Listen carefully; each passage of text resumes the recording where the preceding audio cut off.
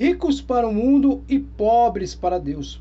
Seja muito bem-vindo ao meu canal. Se você não me conhece, eu me chamo Carlos Bernardo e aqui nós estamos desenvolvendo a salvação.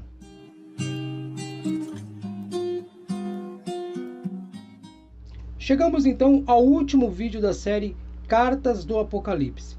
No vídeo de hoje nós vamos estudar sobre a carta à igreja de Laodiceia e vamos falar também o contexto histórico tanto da cidade como da igreja.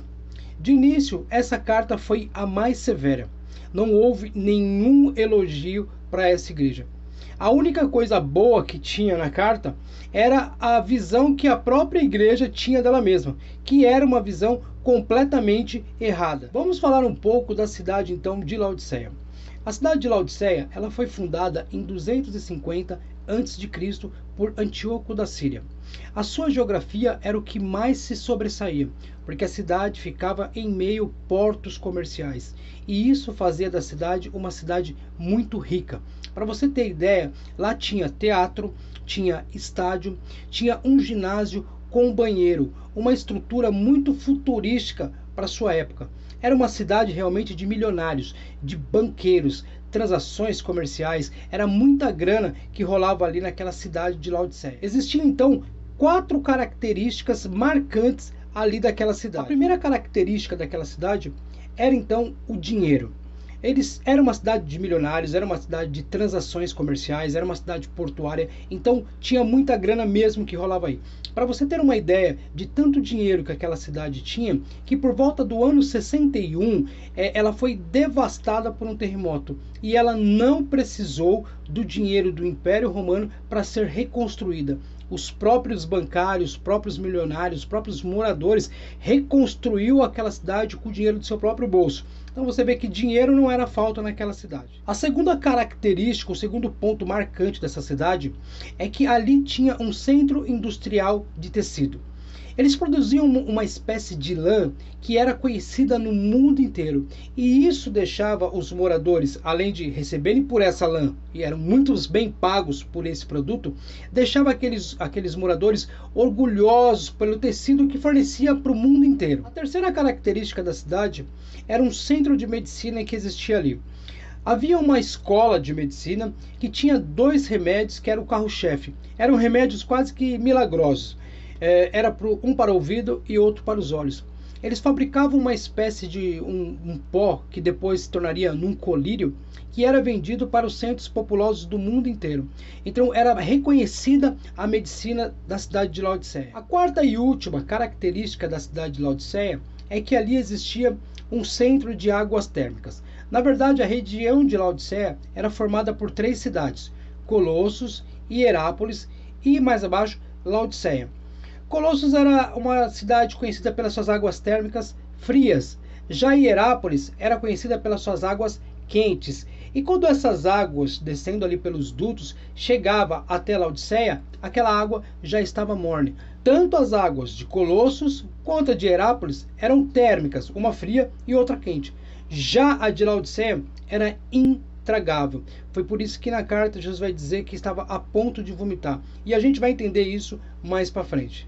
Agora vamos falar então da igreja de Laodiceia. Mas antes de começarmos então a entender um pouco da igreja, vamos ler o que está escrito na carta que foi direcionada para a igreja. Eu vou estar usando a tradução NVI.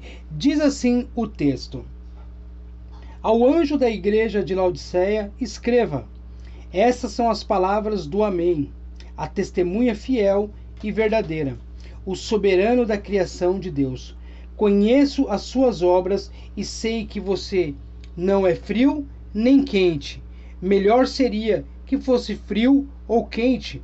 Assim, porque você é morno. Não é frio e nem é quente. Estou a ponto de vomitá-lo da minha boca. Você diz: estou rico, adquiri riqueza e não preciso de nada. Reconhece, porém, que é miserável, digno de compaixão, pobre, cego e que está nu. Dou-lhe o conselho: compre de mim ouro refinado no fogo, e você se tornará rico. Compre roupas brancas e vista-se para cobrir a vossa vergonha, sua nudez. Compre colírios para ungir os seus olhos e poder enxergar. repreendo e disciplino aqueles que eu amo. Por isso, seja diligente e arrependa-se. Eis que estou à porta e bato. Se alguém ouvir a minha voz e abrir a porta, entrarei e cearei com ele e ele comigo. Ao vencedor darei direito de sentar-se comigo em meu trono, assim como também venci e sentei com meu Pai em seu trono.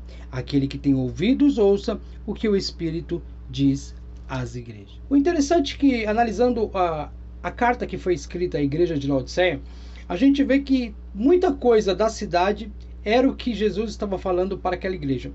Como no vídeo passado, a igreja de Filadélfia também era a mesma situação, mas no lado positivo, Jesus usou a cidade como exemplo e o que acontecia. Aqui não mudou a história, ele continuou usando aquilo que acontecia na cidade. Logo de primeiro, ele já vai falar que a igreja é morna, que ela não é fria e nem quente. Os moradores, as pessoas que frequentavam aquela igreja, sabiam muito bem do que Jesus estava falando, uma vez que Laodiceia era um lugar de águas mornas, e tanto Colosso e Hierápolis eram águas termais, águas quentes e águas frias, eles só poderiam ser mortos. Então Jesus fala o lado espiritual. Ó, eu estou a ponto de vomitar vocês da minha boca. Você imagina, você está chegando numa cidade cansado e você quer tomar uma água gelada, aquele calor lá do Oriente. Então você quer uma água geladinha para poder tomar. Então você chega na cidade e você tem aquela água morna para se tomar. Então Jesus diz, ó, estou a ponto de vomitar. Era melhor que você fosse como Colosso, fria, ou Hierápolis, quente, porque morno é intragável. Então a primeira acusação que Jesus vai falar para eles é esse ponto principal de ser mornos, de não ter uma vida espiritual ativa. Não é quente e nem frio, era uma pessoa morna. A segunda acusação de Jesus também não foi diferente. Ele vai dizer sobre comprar o ouro de Jesus, aí sim eles se tornariam ricos. Por quê? A cidade se dizia que era rica. Aos olhos dela, eles eram ricos mesmo, aos seus olhos, mas pobres diante de Deus. Era uma cidade que ficava no meio de portos comerciais, uma cidade onde os milionários procuravam casas para morar ali, pessoas ricas por todos os lados. Mas Jesus fala assim, ó, presta atenção, vocês precisam comprar ouro de mim. Vocês dizem que são ricos, mas aos meus olhos vocês são pobres. É necessário que vocês comprem sim o ouro refinado da minha parte. Aí sim vocês se tornarão ricos de verdade. Então, essa é a segunda acusação, baseado naquilo que a cidade dizia e o que aquelas pessoas da igreja também viviam. Era a pura realidade. A realidade da cidade era a realidade da igreja. A terceira acusação, então, de Jesus é acerca das roupas. Você se lembra que Laodiceia era um centro têxtil, né? Era um centro de comércio ali de roupas, de tecido.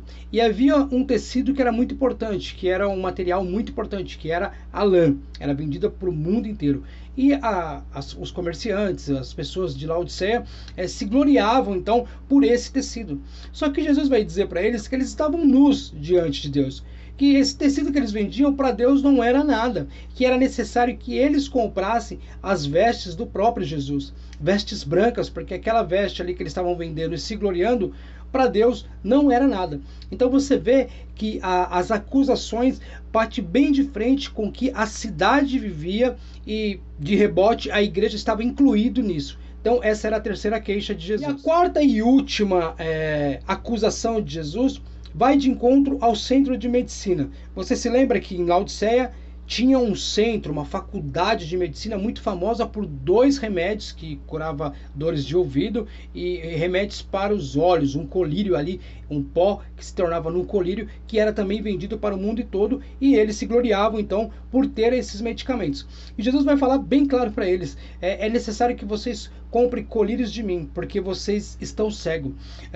Olha que interessante, pessoas que vendiam remédios para curar cegueira, para curar problemas de vista, espiritualmente estavam cegos, eles estavam com um problema. Então Jesus relata também aquela situação, já que a escola de medicina, os seus ungüentos, os seus remédios milagrosos fazem tanta fama, eu vou realmente diagnosticar o que vocês têm. Vocês estão cegos diante de mim.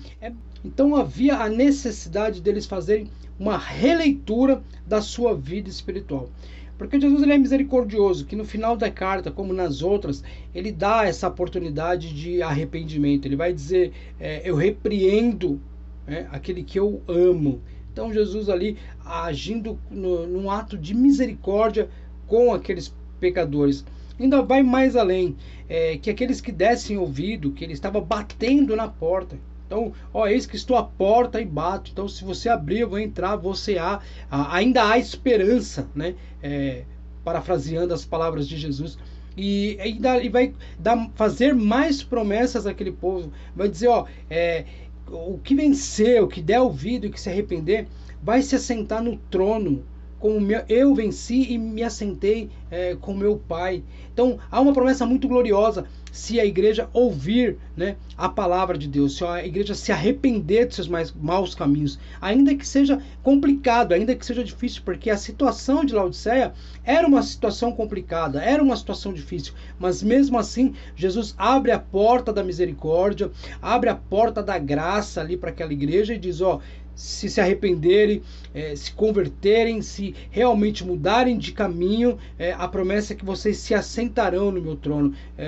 Talvez eles achavam isso, né? Que era tantas características boas naquela cidade que eles estavam num trono mesmo, num lugar maravilhoso, onde tinha dinheiro, onde tinha medicina, onde tinha roupa. Era um lugar muito bom de se viver aos olhos humanos, assim dizendo, mas pelos olhos de Deus, na leitura que Jesus fez daquela igreja, era uma igreja que necessitava do arrependimento e a promessa de se sentar no trono como Jesus sentou e viveu.